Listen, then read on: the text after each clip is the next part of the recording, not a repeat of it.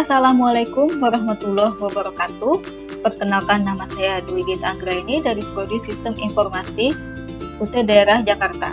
Hari ini saya akan mempresentasikan sekaligus mempraktikkan tugas 1 mata kuliah basis data. Di sini ada contoh kasus. Pada sebuah perguruan tinggi, mahasiswa akan mengambil mata kuliah yang ditawarkan. Setiap dapat mahasiswa minimal 1, namun dapat mengambil beberapa mata kuliah dalam 1 semester. Setiap mata kuliah hanya bisa diajar oleh 1 orang dosen, dan setiap dosen dapat mengampu atau mengajar minimal 1 mata kuliah. Dari kasus tersebut, buatlah Entity Relationship Diagram atau ERD dengan tahapan atau langkah yang sesuai panduan. Berikut langkah-langkah untuk membuat ERD. Pertama, mengidentifikasi dan menetapkan seluruh entiti yang terkait. Untuk melakukan identifikasi seluruh entiti, kita harus dapat memahami setiap kalimat dari kasus sampai menemukan entitasnya. Dari contoh kasus tersebut dapat diidentifikasi 3 entitas, yaitu 1. Mahasiswa, yang kedua mata kuliah, yang ketiga dosen. Oke, kita akan memulai untuk membuat ERD-nya. Pertama, kita akan membuat entity-nya dulu.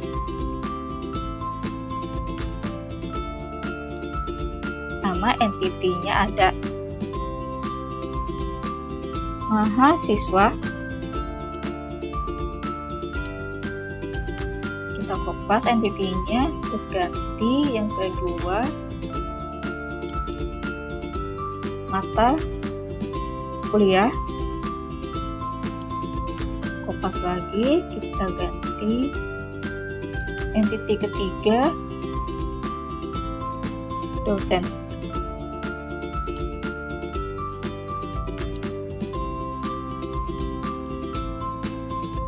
Selanjutnya, menentukan atribut-atribut atau field dari masing-masing entity beserta kuncinya.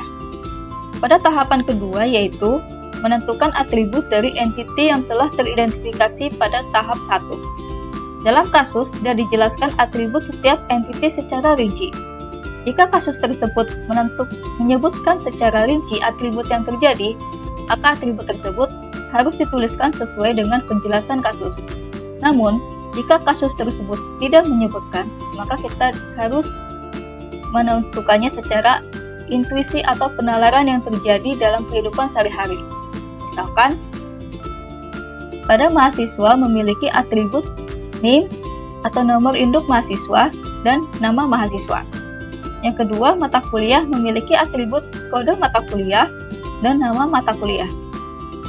Yang ketiga, dosen memiliki atribut NID atau nomor induk dosen dan nama dosen. Oke, kita akan membuat atributnya.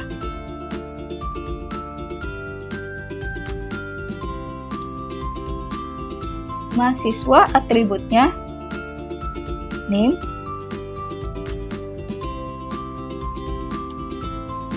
dan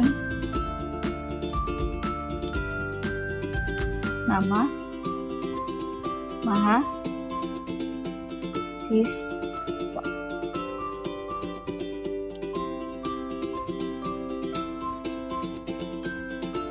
Kemudian di entity mata kuliah ada kode mata kuliah,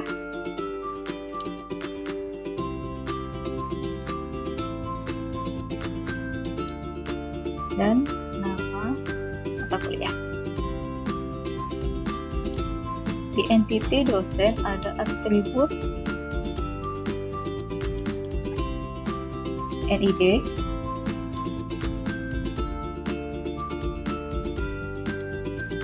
dan nama dosen. Jangan lupa untuk dibuatkan garis penghubung antar entity dan atributnya.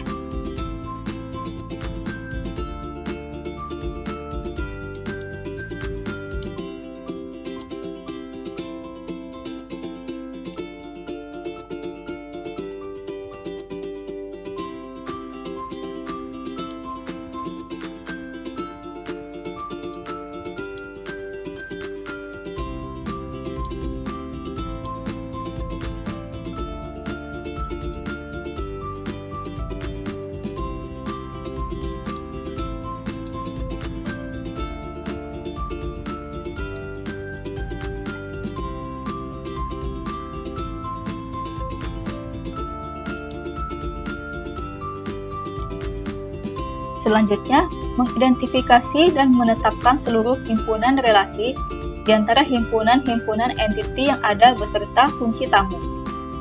Setelah mendapatkan entiti dan atributnya, tahapan ketiga adalah melakukan identifikasi relasi yang memungkinkan beserta kunci tamu atau foreign key.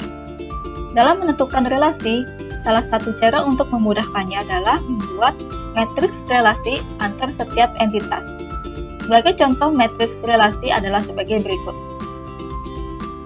Cara bacanya, mahasiswa dengan mata kuliah relasinya adalah meregistrasi. Dosen dengan mata kuliah relasinya adalah mengajar, dan begitu juga sebaliknya. Oke, kita akan membuat relasinya.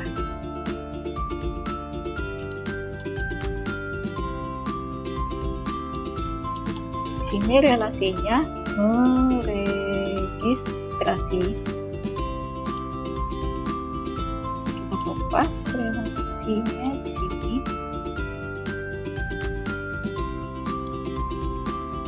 Mengajar.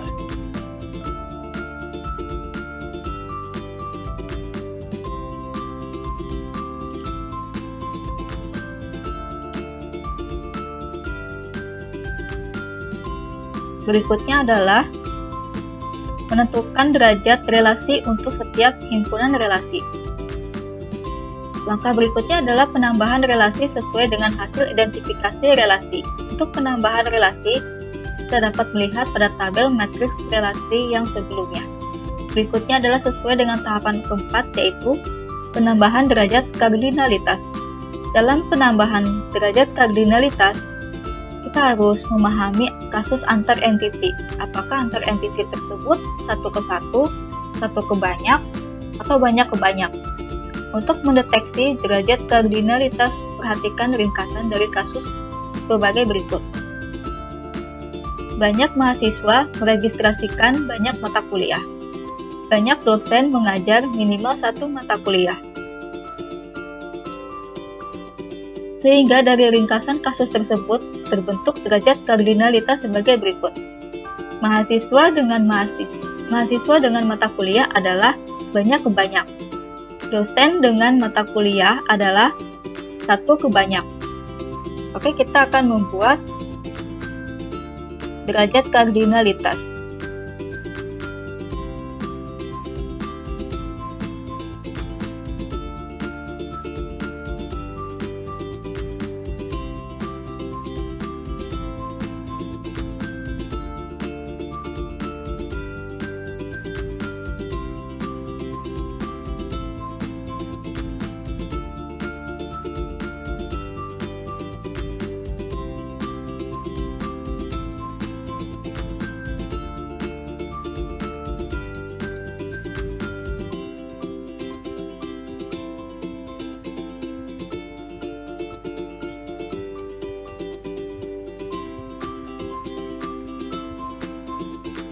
Nah, seperti ini hasilnya.